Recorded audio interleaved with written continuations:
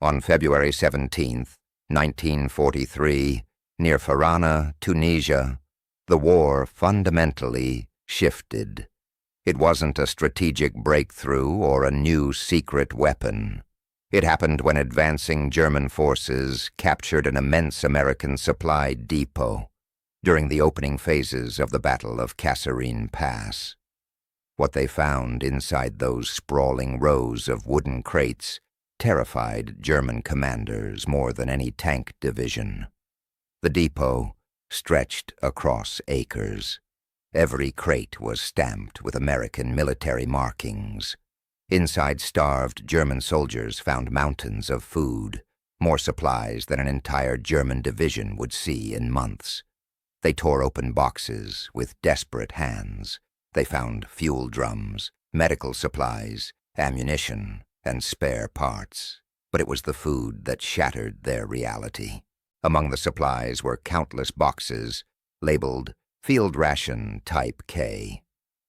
These were compact emergency rations, the lowest quality food the American military issued.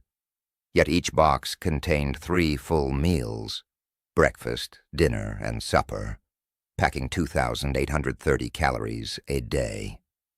Inside a breakfast package, the size of 2 cigarette packs, a German soldier found a tin of pre-cooked ham and eggs, biscuits, a fruit bar, instant coffee, sugar, cigarettes, chewing gum, and even toilet paper.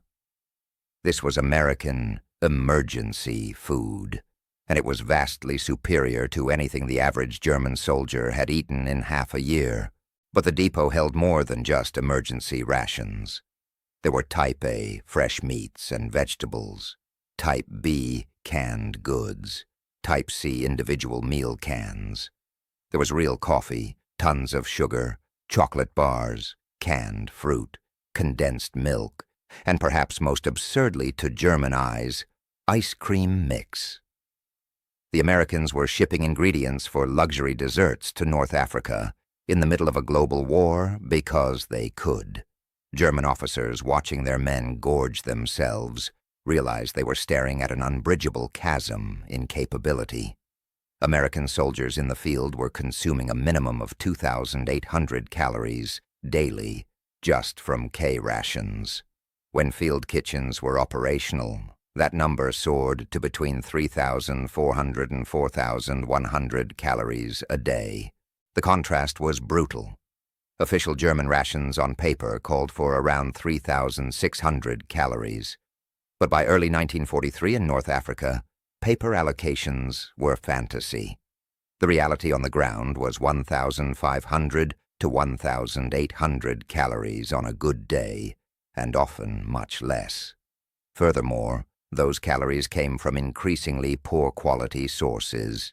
Black bread that was more sawdust than grain, thin soup, ersatz, coffee, made from burnt grain, and occasionally canned meat of questionable origin.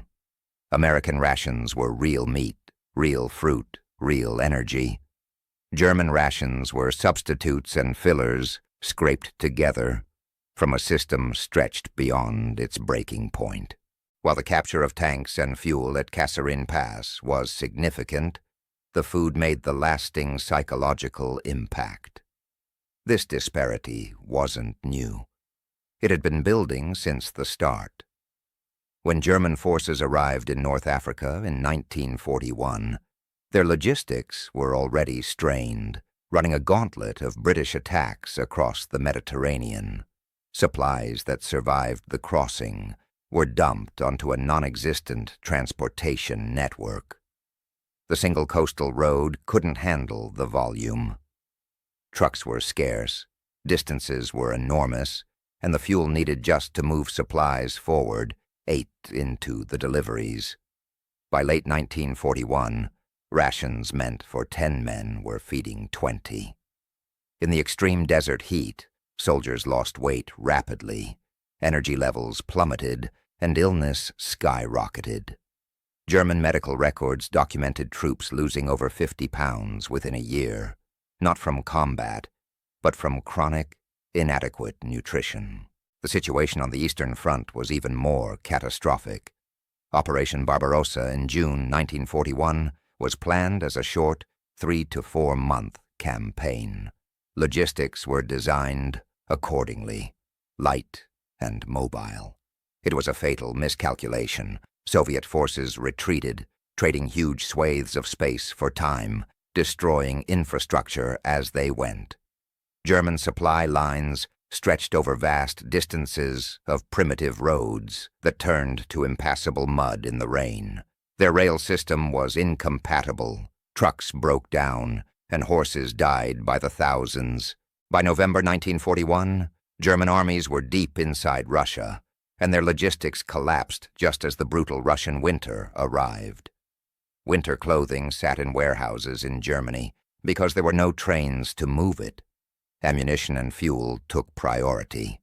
Men froze in summer uniforms, temperatures plunging below -30 degrees Celsius. Food deliveries became irregular. Units went days with minimal rations. Hot meals were impossible without cooking fuel. Men ate frozen bread and whatever they could scavenge from a scorched land. The German High Command had ordered troops to live off the land, a deliberate policy of starvation aimed at the Soviet population. But they found themselves competing for scraps. The Wehrmacht took 2 million Soviet prisoners in 1941. By spring 1942, 2 million had died, mostly from starvation and exposure. German soldiers watching this mass death understood what it meant to be on the wrong side of a failing logistical system. By mid-1942, rations across all German fronts declined from paper allocations. At Stalingrad, surrounded forces were down to 100 grams of bread daily, barely 400 calories, while fighting one of history's most brutal urban battles. Malnutrition didn't just cause weight loss. Wounds healed slowly, disease ran rampant, and morale collapsed.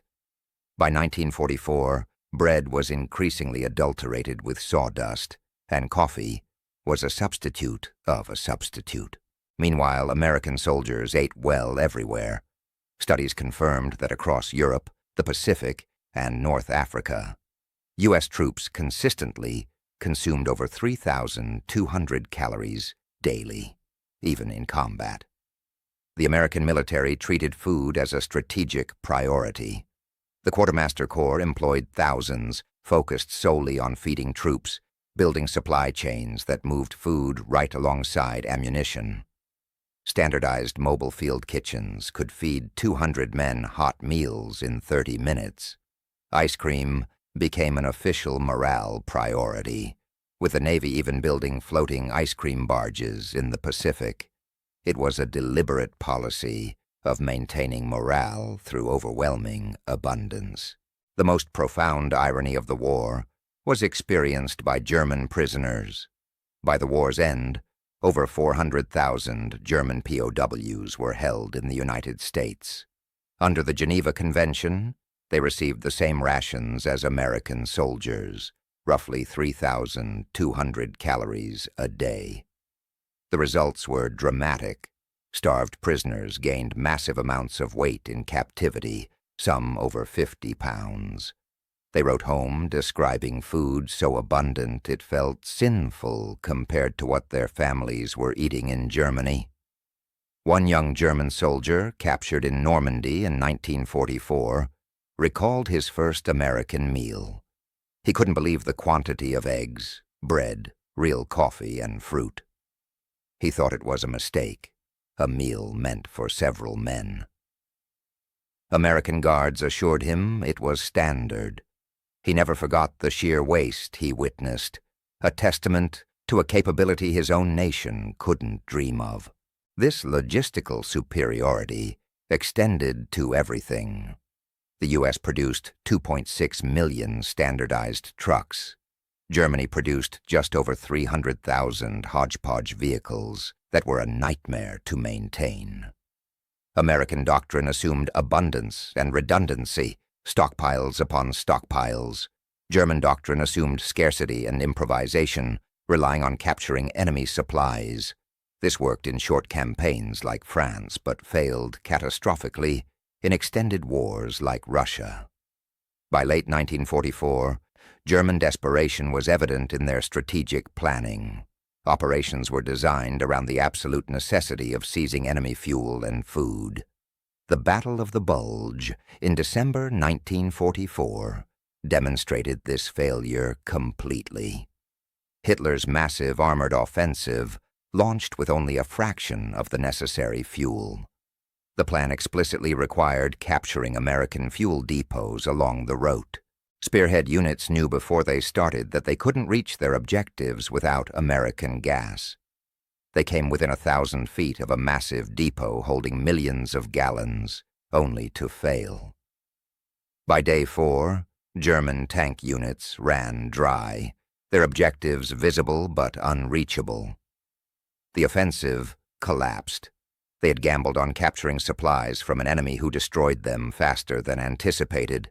In stark contrast, during that same battle, General George Patton pivoted the entire American Third Army 90 degrees and moved 3 divisions over 70 miles in 48 hours to counterattack. This required moving not just 133,000 soldiers, but all their fuel, ammunition, and food. American logistics made the impossible happen routinely. German logistics couldn't even attempt it. By early 1945, the food situation inside Germany was catastrophic. Civilian rations dropped below 1,000 calories in besieged areas. People starved. Even military rations degraded to the point where medical examinations showed severe malnutrition in fresh conscripts. When Germany surrendered in May 1945, the system had completely collapsed. Initial American occupation policy was harsh, restricting food imports. But by 1947, policy shifted to rebuilding. The Marshall Plan shipped millions of tons of food to Europe. The same American agricultural abundance that had fed its soldiers to victory now fed the defeated enemy back to health. The Calorie Gap was never officially acknowledged by Nazi propaganda, but every soldier knew it. They knew it when they captured American supplies. They knew it in the POW camps. Post-war analysis was unanimous. Underlying all of Germany's disadvantages, Soviet manpower, American industry, British determination, was fundamental logistical inadequacy. Germany could not feed its military for an extended multi-front war. Therefore, Germany could not win. In a war of attrition, calories mattered as much as bullets. The United States understood this, treating logistics as a core combat competency. Well-fed soldiers fight better. Germany viewed logistics as mere administration, assuming their soldiers were tough enough to fight on less. That assumption failed in the desert, failed in the Russian winter, and failed in Western Europe. When those German forces captured the depot at Farana in February 1943, they were looking at the physical evidence of their inevitable defeat. They saw mountains of real food shipped thousands of miles across an ocean. Some officers understood immediately. America possessed a logistical capability Germany could never match. America wasn't just fighting them, it was burying them under an avalanche of material. Logistically, the war was over right then. The lesson remains brutal and clear. Armies still march on their stomachs. Feed your soldiers and sustain your forces, or lose. It was true in 1943, and it remains true today.